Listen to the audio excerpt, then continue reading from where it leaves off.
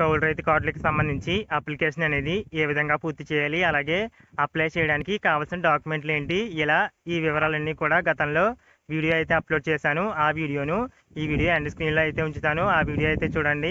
అలాగే ఈ వీడియోలో చూసుకున్నట్లయితే విఆర్ఓ లాగిన్లో అలాగే ఎంఆర్ఓ లాగిన్లో కౌలు రైతు కార్డు అప్లై చేసేటప్పుడు కొన్ని డీటెయిల్స్ అయితే చేంజ్ చేసుకోవడానికి అవకాశం అయితే ఉంటుంది. ఆ వివరాలు ఏంటో కూడా మీకు ఈ వీడియోలో అయితే అందిస్తాను. వీడియో అనేది ఎక్కడ స్కిప్ చేయకుండా చివరి వరకు అయితే చూడండి. విఆర్ఓ లాగిన్లో ముందుగా మీ డీటెయిల్స్ అయితే ఆన్లైన్ చేయవలసి ఉంటుంది. అలా ఆన్లైన్ చేయడానికి ముఖ్యంగా కావాల్సిన డాక్యుమెంట్ చూసుకున్నట్లయితే ల్యాండ్ ఓనర్ ఎవరైతే ఉన్నారో వారి యొక్క ఆధార్ నెంబరు లేదా పాస్బుక్ ఉంటుంది కదా, దానికి సంబంధించిన ఖాతా నెంబర్ అయితే అవసరం అవుతుంది.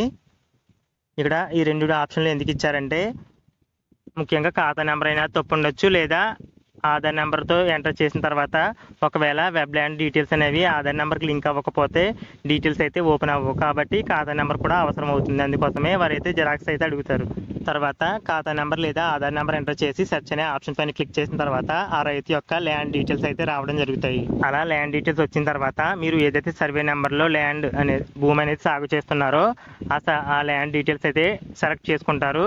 అలా సెలెక్ట్ చేసుకున్న తర్వాత కింద మీరు ఏదైతే సెలెక్ట్ చేసుకున్నారో అంటే వారి లాగిన్లో మీరు సాగు చేసే భూమి అయితే సెలెక్ట్ చేసుకుంటారు కదా, ఆ డీటెయిల్స్ అయితే రావడం జరుగుతాయి. అలా వచ్చిన తర్వాత మీరు ఆ రైతు యొక్క సర్వే నెంబర్లో ఉన్న మొత్తం భూభాగాన్ని సాగు చేస్తున్నట్లయితే ఇంకా ఎటువంటి డీటెయిల్స్ అయితే చేంజ్ చేయని అవసరం లేదు. ఒకవేళ మీ ఇక్కడ చూసుకున్నట్లయితే ఇక్కడ ఉన్న 7 కొంచాల భూమిలో మీరు అంతకంటే తక్కువ సాగు చేస్తున్నట్లయితే ఇక్కడ డీటెయిల్స్ అనేవి చేంజ్ చేసుకోవడానికి అవకాశం అయితే ఉంటుంది.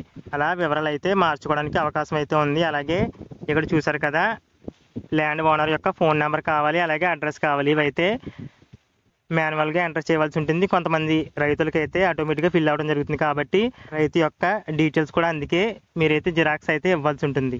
అలాగే కౌలు రైతు కార్డుకి సంబంధించి మినిమం పీరియడ్ చూసుకున్నట్లయితే అంటే సాగుకి 6 నెలల నుంచి అయితే స్టార్ట్ అవ్వడం జరుగుతుంది. ఇంతకు ముందు అయితే 3 నెలల వరకు 3 నెలల నుండి ఆప్షన్ అయితే వర్క్ అయ్యేది.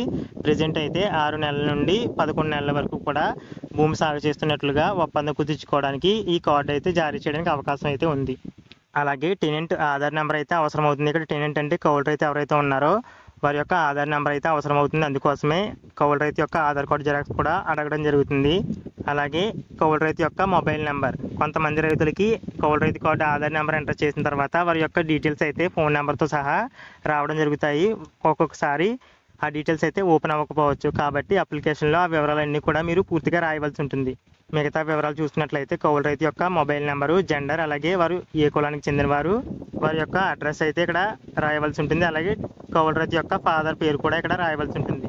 అలా ఆ వివరాలన్నీ ఎంటర్ చేసిన తర్వాత టెనెంట్ ఫోటో, ఇక్కడ కౌలు రైతు ఎవరైతే ఉన్నారో వారి యొక్క ఫోటో కూడా అవసరం అవుతుంది. వారి ఫోటో అయితే ఇక్కడ అప్లోడ్ చేయవలసి ఉంటుంది. అలా అప్లోడ్ చేసిన తర్వాత విఆర్ఓ గారు అయితే వెరిఫై అయితే చేస్తారు పై డీటెయిల్స్ అన్నీ కరెక్ట్గా ఉన్నాయని. తర్వాత మీకు ఒక ఐడి అయితే క్రియేట్ అవుతుంది సర్టిఫికేట్కి సంబంధించి. దాని ద్వారా మీరు సర్టిఫికేట్ అయితే డౌన్లోడ్ చేసుకోవచ్చు. అలాగే ఒకవేళ మీకు గడువు తేదీ పూర్తి అవ్వకపోతే అటువంటి వారందరూ కూడా కొత్తగా కార్డు అప్లై చేసేటప్పుడు ఇంకా గడువు తేదీ పూర్తి అవ్వలేదని అయితే రావడం జరుగుతుంది. అటువంటి వారందరూ కూడా కొన్ని రోజులు అయితే వెయిట్ చేయాలి, లేదా అలా వెయిట్ చేయకుండా ఎన్రోల్మెంట్ డేట్ అయితే చేంజ్ చేసుకోవచ్చు. అంటే కాలపరిమితిని ఇంకా పెంచుకోవచ్చు. ఆ వివరాలు ఏ విధంగా చేంజ్ చేయాలో ఇక్కడ ఆప్షన్ అయితే ఇచ్చారు. టీసీఆర్సీ రిపోర్ట్స్లో గ్రామాల వారీగా డీటెయిల్స్ అయితే రావడం జరుగుతాయి. మీ గ్రామం పేరు అయితే సెలెక్ట్ చేసుకున్న తర్వాత మీ గ్రామంలో ఎవరికైతే కౌలు రైతు కార్డులు అప్లై చేశారో వారి యొక్క వివరాలు అయితే రావడం జరుగుతాయి. ఒకవేళ ఒప్పందం ప్రకారం ఇంకా కౌలు రైతు కార్డు డేట్ అయితే ఎండ్ అవ్వకుండా ఉంటే కనుక మీకు ఎక్స్ట్రాగా ఒక ఆప్షన్ అయితే ఉంటుంది. నార్మల్గా అయితే వ్యూ అని ఒక ఆప్షన్ మాత్రమే ఉండడం జరుగుతుంది. ఒకవేళ కౌలు రైతు కార్డు డేట్ అయితే ఇంకా కంప్లీట్ అవ్వకపోతే అంటే గతంలో జారీ చేసిన కార్డుకి గడువు అనేది ఇంకా పూర్తి అవ్వకపోతే ఎక్స్ట్రాగా చేంజ్ కార్డ్ ఎన్రోల్ పీరియడ్ అనే ఆప్షన్ అయితే ఉండడం జరుగుతుంది.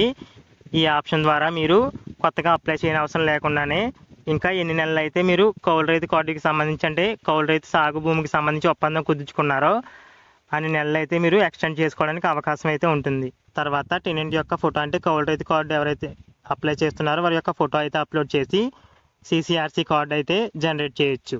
అలాగే ఎంఆర్ఓ లాగిన్లో చూసినట్లయితే కొత్తగా 2 ఆప్షన్లు అయితే రావడం జరిగాయి. మొదటిది ఎడిట్ కార్డ్ డీటెయిల్స్, అలాగే రెండవది డెలీట్ కార్డ్ డీటెయిల్స్. ఈ ఎడిట్ కార్డ్ డీటెయిల్స్ అలాగే డెలీట్ కార్డ్ డీటెయిల్స్ ఈ రెండు కూడా 2021 జూన్ 9 తర్వాత ఎవరైతే అప్లై చేసుకున్నారో వారి డీటెయిల్స్ మాత్రమే చేంజ్ చేసుకోవడానికి అవకాశం అయితే ఉంటుంది. చూస్తున్నారు కదా, జూన్ 2021, 2022 కాదు, జూన్ 2021 జూన్ 9కి తర్వాత ఎవరైతే కౌలు రైతు కార్డు అప్లై చేసుకున్నారో వారి డీటెయిల్స్ మాత్రమే ఇలా చేంజ్ చేసుకోవడానికి అవకాశం అయితే ఉంటుంది.